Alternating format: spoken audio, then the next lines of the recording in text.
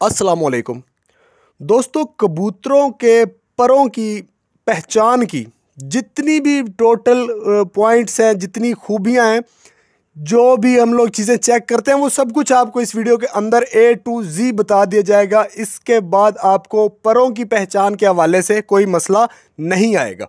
तो हम लोग बात स्टार्ट कर लेते हैं कि जब हम कबूतर का पर ऐसे खोलें, कबूतर का पर ऐसे हम खोलेंगे तो कबूतर के ऐसे वो परों में ऐसे कपाहट वाइब्रेट वो करना चाहिए। उसके पर को ऐसे कांप रहा होना चाहिए उसका पर, ठीक है। उसके बाद उसके जो आपने अपने हाथ पे रखा ऐसे कबूतर के पर को, तो आपके हाथ को पर ऐसे नीचे की तरफ धकेल रहा हो, आपको वजन महसूस हो अपने हाथ पे, जैसे कबूतर आपके हाथ को नीचे की तरफ दबा रहा हो। उससे ये साबित हो उसका कबूतर के जो पट्ठे हैं वो बहुत मजबूत है, वो उड़ान के हवाले से बहुत मजबूत पट्ठों का मालिक है कबूतर। एक चीज़ ये होगी। उसके बाद हम बात कर लेते हैं कबूतर के पर की लंबाई की।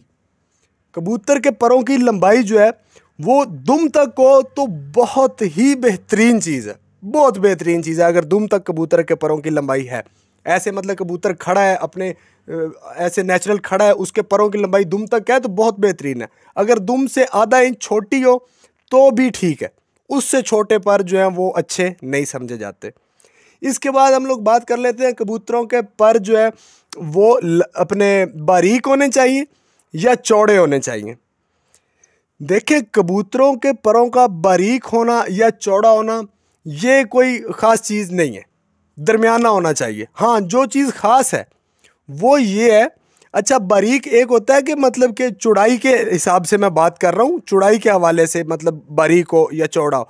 इसमें जो ख़ास चीज़ है वो ये है कि कबूतर के पर की जो तीली है वो बिल्कुल बारीक और चपटी हो, गोल ना हो, मोटी ना हो, बारीक हो और चपटी हो, यानी कि गोल शेप में ना हो, ऐसे चौड़ी आप उसको कह सकते हैं, वो ऐसे बारीक होनी चाहिए। काफ़ी लोगों को इस चीज़ का पता होगा, लेकिन मैंने इसलिए बताया कि कुछ लोगों को शायद ना भी पता हो, उनको भी सीखने को मिल जाए। अच्छा, आगे हम बात करते हैं कबूतरों के परों की नोक की। कबूतरों के पर जो है उनकी नोक की, यहाँ पे बड़ी गहराई की बात है कि नोक उनकी बारीक होनी चाहिए या गोल होनी चाहिए। जिस कबूतर के परों की नोक गोल होगी वो कबूतर भी परवाज़ करेगा। मतलब ये नहीं है कि वो कबूतर ठीक नहीं है, वो उसकी अब ये नस्लों पे बात आती है।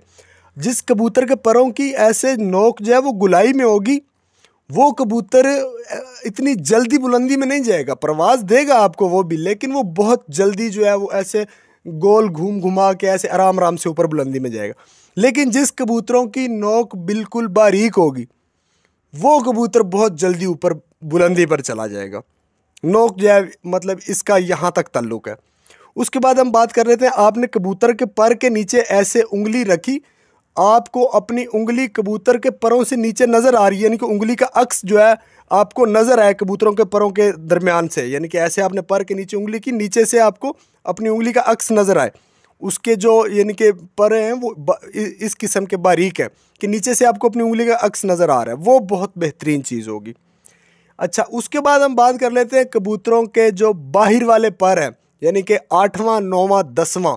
यहाँ पे वो इससे बड़ा जो पॉइंट है मेरे ख्याल में कोई नहीं होगा। सभी पॉइंट जो मेन है, लेकिन मुझे जो सबसे ज़्यादा पसंद है बात कर रहा हूँ।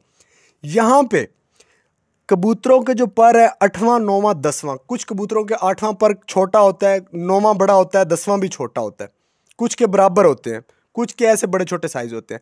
आपको एक ही चीज़ बता देता हूँ, आप उसी को अगर समझ लेंगे ना तो इससे बड़ी खूबी कोई नहीं है। जिस कबूतर का 9वां पर 8वें और 10वें पर से बड़ा हो, उस कबूतर को आपने जहाँ भी देखना है आपने पकड़ के रख लेना, उससे बड़ी कोई क्वालिटी नहीं है उसके परों में। जिसका 9वां पर बड़ा हो, 8वां 10वां जो है यानी कि बराबर हो, 9वें से छोटे हों।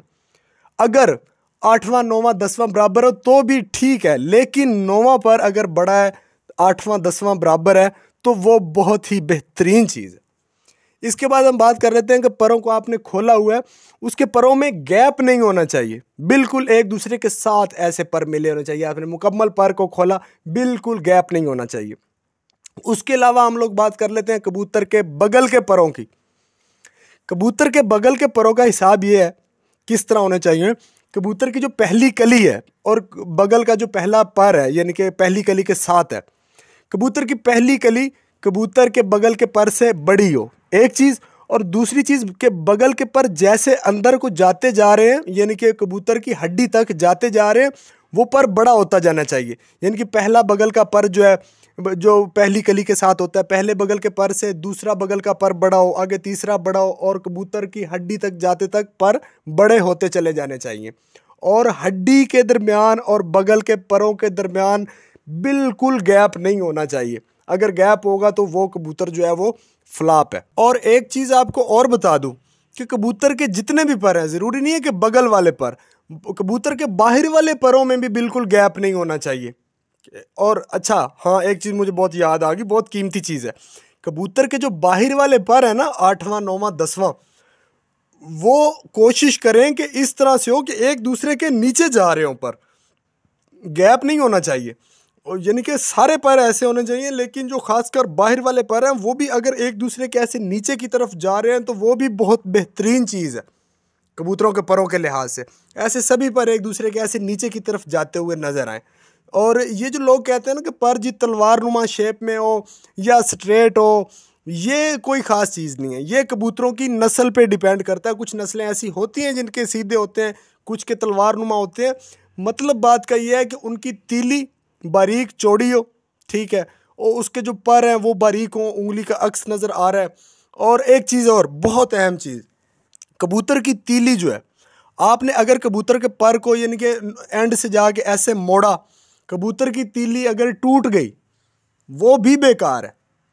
उसमें कबूतर की तीली में लचक होनी चाहिए, यानी कि कबूतर की तीली को अगर आप ऐसे मरोड़ें तो भी वो टूटे ना, फ्लेक्सिबल हो, इस तरह की तीली होनी चाहिए कबूतर। तो अगर इस तरह के पर का कबूतर आपके पास मौजूद है तो इंशाअल्लाह ताला वो कबूतर बहुत परवाज़ कर सकता है। साथ ही साथ आपको दुम का भी बता देता हूँ कि कबूतर की दुम जो है वो ऐसे हो, ऊपर से 1 या 1.5-2 पत्ते जो हैं वो नज़र आए, इससे ज़्यादा दुम नहीं होनी चाहिए। कबूतर का वेट जो है, कबूतर का वज़न जो है वो जितना कम होगा इतना ही ज़्यादा कबूतर परवाज़ करेगा। कबूतर की परवाज़ जो है वो उसके वज़न के साथ बहुत उसका ताल्लुक़ है।